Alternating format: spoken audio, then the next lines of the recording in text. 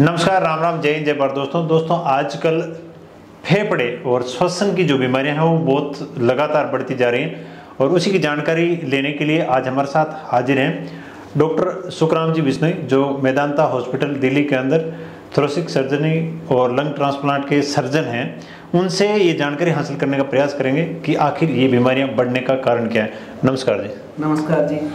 तो सुखराम जी, ये क्या वजह है कि आए दिन जो लोग नशा पता नहीं करते हैं, पहले सुनते थे कि नशा पता करते हैं तो उनके अंदर सबसे ज़्यादा श्वसन और फेफड़ों की बीमारी होती है, लेकिन आजकल हर व्यक्ति के अंदर छोटी मोटी श्वसन और फेफड़ों की बीमारियां पाई जा रही है। देखिए, ये बात सच है कि फेफड़े और श्वसन की बीमारियां जो है आजकल बढ़ रही है और ये लगातार बढ़ रही है। अब फेफड़े के 4 दुश्मन हैं, पहले 3 थे और कोविड की वजह से एक बढ़ गया तो चौथा है। उनमें सबसे नंबर 1 दुश्मन जो है वो टीबी है, ट्यूबरकुलोसिस, जो बहुत सालों से चली आ रही थी। दूसरा दुश्मन जो है धूल है, तीसरा धुआं है और चौथा जो है अभी रिसेंट कोविड जो आया उसकी वजह से है। कोविड की वजह से बहुत लोगों को फेफड़े के अंदर डैमेज हुआ, चाहे आपको फील हुआ या नहीं हुआ, लेकिन वो लक्षण नहीं आने के बावजूद भी उसने कुछ न कुछ फेफड़े के अंदर नुकसान किया है। अब उसकी वजह से फेफड़ा कमज़ोर तो हुआ ही है।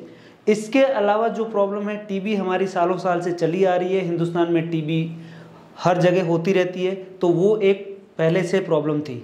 जो आजकल नया जो ट्रेंड देखने में मिल रहा है वो ये है कि लोग जो नशा नहीं करते हैं उनको भी सांस लेने में दिक्कत आ रही है, और स्पेशली ग्रामीण इलाकों के अंदर जिनके अंदर पहले ये कभी प्रॉब्लम नहीं होती थी।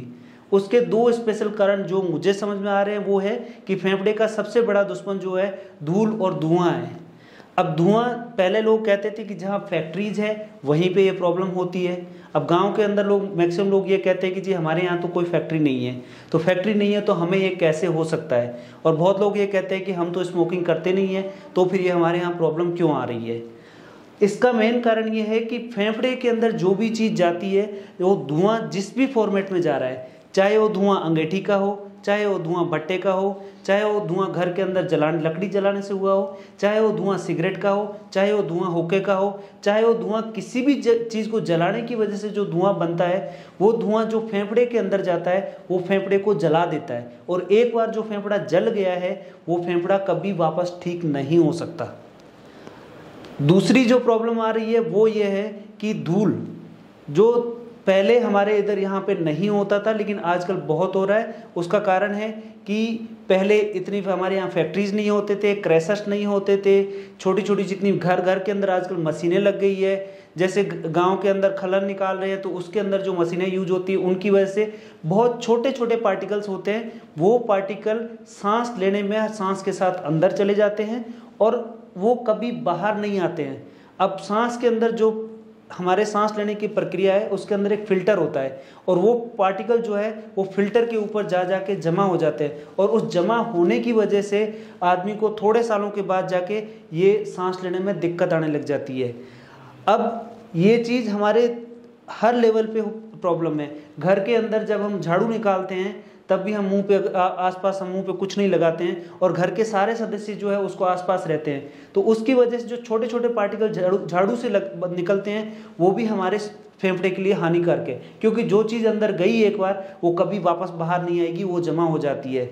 जैसे एक छोटी सी चीज़ है, घर के अंदर लोग आजकल डीओ यूज़ करते हैं। इस डीओ की वजह से भी जो बहुत छोटे छोटे पार्टिकल सांस की नली के अंदर जाते हैं वो पार्टिकल्स कभी बाहर नहीं आते हैं, और उसी की वजह से बहुत लोगों को, छोटे छोटे बच्चे 5 साल के 7 साल के, उनको प्रॉब्लम हो रही है कि हमें सांस लेने की प्रॉब्लम हो गई है। कभी लगता है कि सांस फूल गया है, कभी लगता है एलर्जी हो गई है, सांस में ज़ोर ज़ोर से आवाज़ आ रही है। ये सारी प्रॉब्लम्स इन छोटे छोटे पार्टिकल्स की वजह से हैं, जो ना चाहते हुए भी हमारे फेफड़े के अंदर जाते रहते हैं, और इसी वजह से ये प्रॉब्लम हो रही है। दूसरा एक ट्रेंड है कि बहुत लोग ये कहते हैं कि हमने तो कभी स्मोकिंग की नहीं है तो हमें क्यों प्रॉब्लम हो रही है। जैसे आप स्मोकिंग नहीं करते हो लेकिन आपके दोस्त सारे स्मोकिंग कर रहे हैं, इसको हम कहते हैं पैसिव स्मोकिंग, जिसमें क्या होता है कि आपके 10 दोस्त हैं और आप अकेले इंसान हो जो सिगरेट या बीड़ी नहीं पीते हो। तो कंपनी जब भी सिगरेट या बीड़ी बनाती है तो उसके अंदर क्या करती है कंपनी की, कुछ सेफ्टी मेजर्स को यूज़ करती है।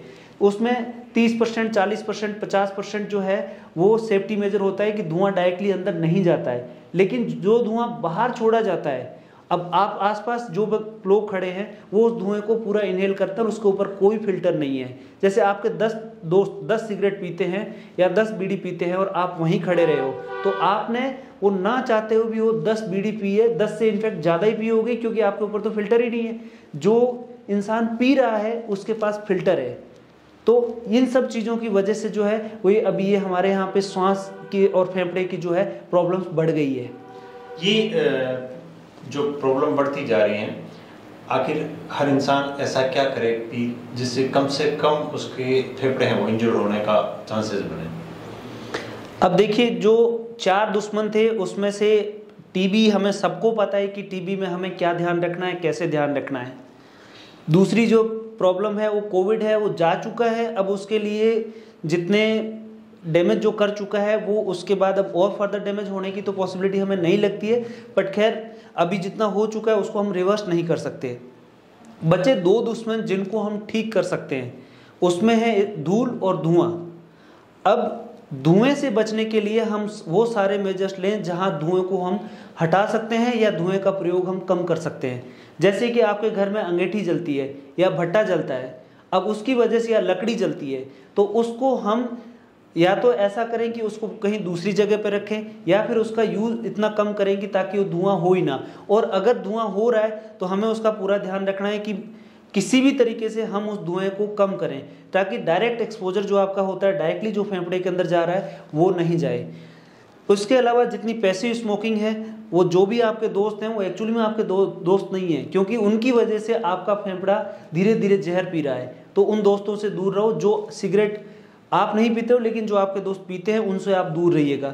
सबसे रिक्वेस्ट करिएगा कि आप जैसे भी हो बहुत अच्छे हो, लेकिन सिगरेट या बीड़ी पीने के बाद हम आपसे मिल पाएंगे।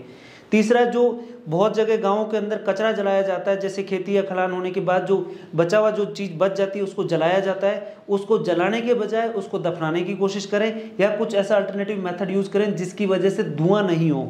जहाँ भट्टे हैं उन भट्टों को किसी ऐसी जगह रखा जाए जहाँ से गांव से दूर हो या जगह से दूर हो, या फिर उसके ऊपर हर जगह आजकल सेफ्टी मैकेनिज्म आ गई है, उस सेफ्टी मैकेनिज्म को फॉलो करना है ताकि ये धुएं से हम अपने आप को बचा पाएँ।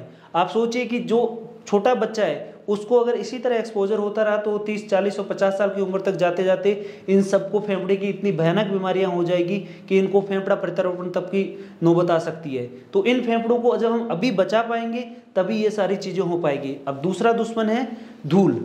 अब धूल को हम कैसे बचा सकते हैं? जैसे आपके घर के आसपास या किसी आसपास के एरिया के अंदर अगर क्रैशर लगा हुआ है, जो ये पत्थर काटने की मशीन है, आप उनको बोलिएगा कि या तो आप उसके ऊपर कवरिंग लगाए, जिसकी वजह से बाहर ने जैसे शहरों के अंदर होता है कि जब कोई घर बन रहा होता है तो उस घर को पूरा कवर किया जाता है। अब ठीक वैसे ही इन मशीनों को बोलिएगा कि उनको कवर किया जाए।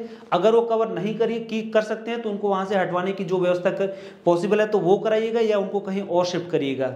दूसरी चीज़, जो जितने भी ये खलिहान निकालने के अंदर जो मशीनें यूज हो रही है उनका यूज इस तरीके से किया जाए कि मिनिमम आपको कम से कम उसका एक्सपोजर हो, ताकि आप मुंह पे या तो मास्क लगा के रखो या रुमाल लगाओ या कुछ ऐसी चीज़ लगाओ जिससे डायरेक्टली आपको ये सारे के सारे जो छोटे छोटे पार्टिकल या छोटे कण जो है वो फेफड़े के अंदर जाके नहीं जमे। तीसरी वो चीज़ है, जैसे घर के अंदर झाड़ू लगाते हैं तो बहुत लोगों को झाड़ू की वजह से प्रॉब्लम होती है लेकिन उनको पता नहीं है।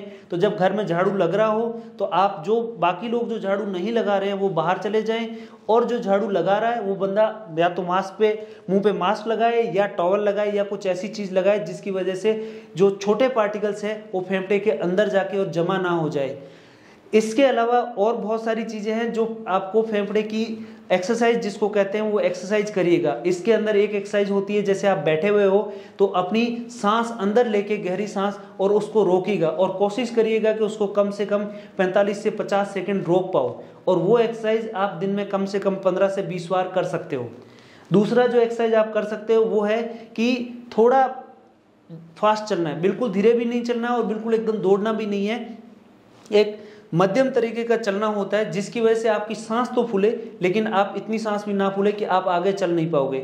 वो एक्सरसाइज आप कम से कम दिन की 15 से 20 मिनट सुबह और 15 से 20 मिनट आपको वैसे करनी है कि आप एक्सरसाइज ही कर रहे हो। ऐसे तो आप हो सकता है आप पूरे दिन काम कर रहे हो, लेकिन फेफड़े की के लिए आपको 15 से 20 मिनट जो है ये एक्सरसाइज करनी है। इसकी वजह से क्या होगा कि आपका फेफड़ा जो है वो मजबूत हो पाएगा और मजबूत फेफड़ा जो है आपसे लड़ पाएगा। तो पहली चीज है कि हमें आग लगने ही नहीं देना है, उसको बुझाने का काम तो बाद की बात है। तो ना लगने के लिए हम धूल और धुएं को जितना हम रोक सकते हैं, जितनी कोशिश हम करेंगे उतना ही हमारे फेफड़े का फायदा है और उसी की वजह से हम अपने आप को भी बचा पाएंगे और अपने आसपास के लोगों को भी बचा पाएंगे। दूसरी बड़ी प्रॉब्लम है कि आजकल गांव में ट्रैफिक बहुत ज़्यादा हो गया है, गांव में व्हीकल्स बहुत ज़्यादा यूज हो रहे हैं इन एरियाज़ के अंदर, जिन व्हीकल्स की वजह से जो है वो बहुत सारा धुआं उड़ता है, धूल उड़ती है और वो धूल हमारे फेफड़े में जाके जमती है। तो कोशिश करिएगा कि इन जहाँ पे भी कच्चा रास्ता है या रोड खराब है उन लोगों से रोड ठीक कराने की कोशिश करिएगा, क्योंकि वो कचरा सबका नुकसान कर रहा है, एक किसी इंसान का नुकसान नहीं कर रहा है, वो हमारी पूरी सोसाइटी के लिए प्रॉब्लम है, वो हमारे पूरे आसपास के लोगों के लिए प्रॉब्लम है। तो वो हमें ध्यान रखना पड़ेगा कि हमें जो भी कंसर्न अथॉरिटीज है उनसे बात करके और उस रोड को ठीक कराने की कोशिश की जाए, तभी हम अपने आप को बचा पाएंगे। ये एक इंसान का काम नहीं है, ये सब लोगों का काम है। अगर हम सब समझ पाएंगे तो सब मिलके इसको आगे बढ़ पाएंगे और इस चीज़ों को ठीक कर पाएंगे। और उनसे किस प्रकार बचा जा सकता है, डॉक्टर सुखराम जी बिश्नोई जो वेदांता दिल्ली के अंदर सर्जन हैं फेफड़े ट्रांसप्लांट, और इन्होंने एक साथ दोनों फेफड़े ट्रांसप्लांट करने का जो है श्रेय इनकी टीम को प्राप्त है। सुखराम जी, जो जिन लोगों के फेफड़े डैमेज हो चुके हैं और वो ट्रीटमेंट ले रहे हैं, तो उनके लिए आप क्या सुझाव देना चाहोगे? जिन भी लोगों को ये प्रॉब्लम हो रही है कि सांस फूल रही है या सांस में आवाज़ आ रही है, तो इसका मतलब ये है कि उस फेफड़े के अंदर कुछ न कुछ प्रॉब्लम हो रही है या डैमेज उस लेवल तक का हो चुका है कि उनको सक्रिय इलाज की ज़रूरत है। उनको डॉक्टर को कंसल्ट करना चाहिए और उसके लिए दवाइयाँ आती है वो दवाई लेनी चाहिए। जैसे कुछ लोगों को इन्हेलर दिया जाता है या जिसको हम बफारा कहते हैं वो दिया जाता है, ये कोई ख़राब चीज़ नहीं है। आप इसको लोगे तो आपका मशीन ठीक से चलेगा, आपका फेफड़ा ठीक से चलेगा तो आप ठीक से काम कर पाओगे। इसकी दवाइयाँ उपलब्ध है और इसके लिए एक्सरसाइज अवेलेबल है। उन एक्सरसाइज और दवाइयों की वजह से आप अपने आप को इन फेफड़ों को बचा सकते हो और इनको बेहतर कर सकते हो, जिसकी वजह से, लेकिन ये सारी चीज़ें प्रॉब्लम होने के बाद की है। दोनों चीज़ें मैंने आपको बताई कि एक आप कैसे रोक सकते हो और दूसरा कि प्रॉब्लम होने के बाद हम कैसे इन चीज़ों का उपचार कर सकते हैं। बहुत सुंदर दोस्तों, सुखराम जी ने बहुत सुंदर बात बताई कि किस प्रकार हम बीमारी हो ही नहीं और बीमारी होने से पहले रोक लगा दें, और अगर बीमारी हो भी गई है तो उसके ऊपर हमें किस प्रकार जो है अपना आप को काबू रखना। तो दोस्तों, आपको ये जानकारी कैसी लगी कमेंट करके जरूर बताना।